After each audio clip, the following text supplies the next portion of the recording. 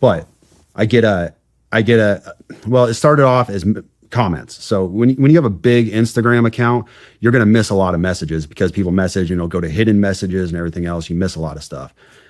Well, I kept seeing this comment on recent posts that I put in there, and it was from this burner account that said, hey, check your DMs, check your DMs, check your DMs. So I go in there and try to find it. There's no message from this guy, hadn't come through or whatever. And then he messages again once that message was opened up. And I said, hey, your previous messages haven't come through. What do you want to tell me? And he said, what I'm going to send you, now these are literally his words. What I'm going to send you is going to change the course of humanity. That was his phrase, change the course of humanity. Okay, a little bit dramatic. I get these messages all the time. People have this big story they want to tell. They want to expose their command, whatever. I take everything with a grain of salt until I have evidence and proof. So this guy is insistent. He tells me that he is a 18 Zulu who I've spoken to before, and he really needs to get this stuff to me. And then he talks about you. He says, I need you to get me in contact with Shawn Ryan. I'm like, dude, I don't know Shawn Ryan. I'm not that big, but he's insistent that I get him diverted to media sources, says go to Fox News, whatever else. And I said, all right, tell me what you got. So I give him my Proton email account, give him my signal number, and he reaches out immediately. And I'm going to read this initial message for you because doesn't have names or anything else on it, but this was his message on Sunday. He reached out and said, like I said, this last Sunday, he said, sending with a VPN active on Wi-Fi only. Do not message me. I will send out updates via both Signal and email, but trust me, you're going to want to be involved. Well, first of all, no, I didn't want to be involved. Anyways, and then, so I didn't message. I responded back to his original Instagram message, and I said, hey, I got your message on Proton Mail. And he said, cool, delete this. So I deleted it. That's how I ended up getting this message on Tuesday. So the message that this right here, this manifesto, if you want to call it that, came in on Tuesday. And when I started reading this, my initial take was, okay, this is off the deep end. It's bonkers. I can't validate or verify any of the stuff in this manifesto. Mm-hmm. And I told him that in a subsequent email. And I'll read that to you later, my response to him.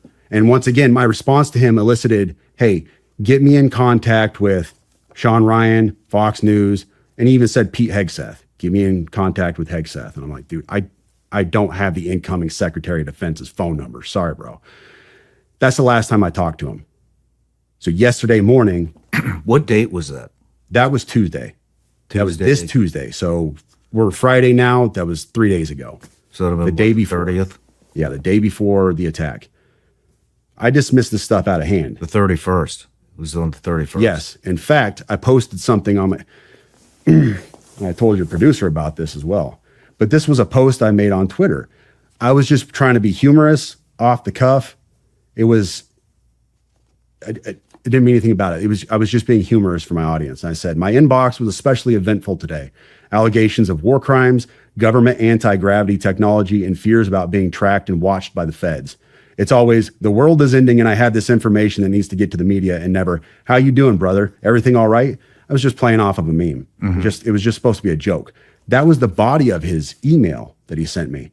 And I didn't think anything about it. I didn't know who Matt Berg was, Matt Livelsberg, or anything else. He told me who he was in the email. He pointed me to his LinkedIn account.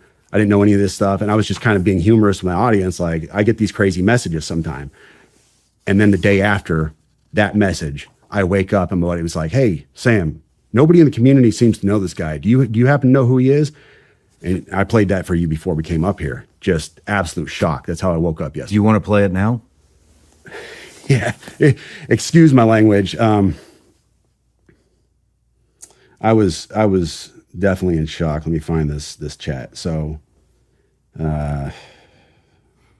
while you're digging through that, you know what we should do? I should get that Instagram account from you to see if they messaged any of our Instagram accounts. And we should also get that email address. I don't have it. I deleted it. You deleted it? He told me to delete it, and I deleted it.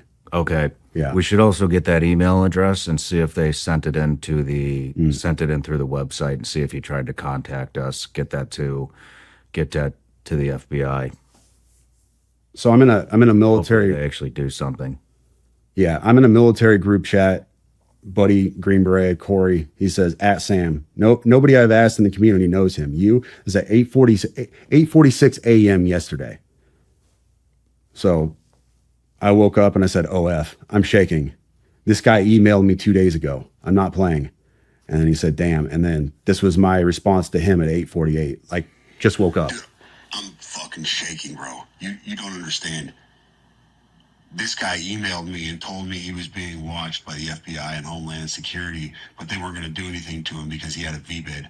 I'm not fucking playing, dude. I have the email. I am shaking, man. This is nuts.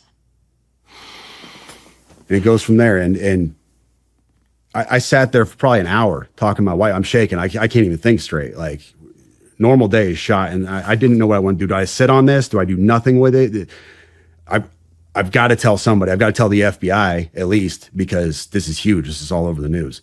And then I was like, well, dude, this guy wanted to get in contact with Shawn Ryan. So let me get this to Shawn Ryan, see if I can get with him. And I had a buddy who knew your producer, and we went from there. But Wow. Do you want to read the email? Yep. So this email came in on December 31st at 10:42 a.m. That is Tuesday. He said, in case I do not make it to my decision point or on to the Mexico border, I am sending this now. Please do not release this until 1 January and keep my identity private until then. First off, I am not under duress or hostile influence or control. My first car was a 2006 black Ford Mustang V6 for verification.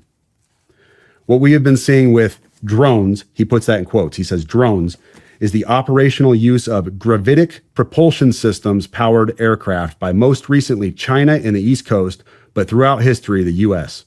Only we in China have this capability. Our OPCEN, that's Operation Center, our OPCEN location for this activity is in the box below. China has been launching them from the Atlantic from submarines for years, but this activity recently has picked up. As of now, it is just a show of force, and they are using it similar to how they used the balloon for SIGINT and ISR, which are also part of the integrated comms system. There are dozens of those balloons in the air at any given time. The so what is because of the speed and stealth of these unmanned aircraft. They are the most dangerous threat to national security that has ever existed.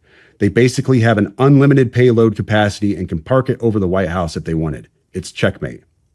U.S. government needs to give the history of this, how we are employing it and weaponizing it, how China is employing them, and what the way forward is. China is poised to attack anywhere in the East Coast.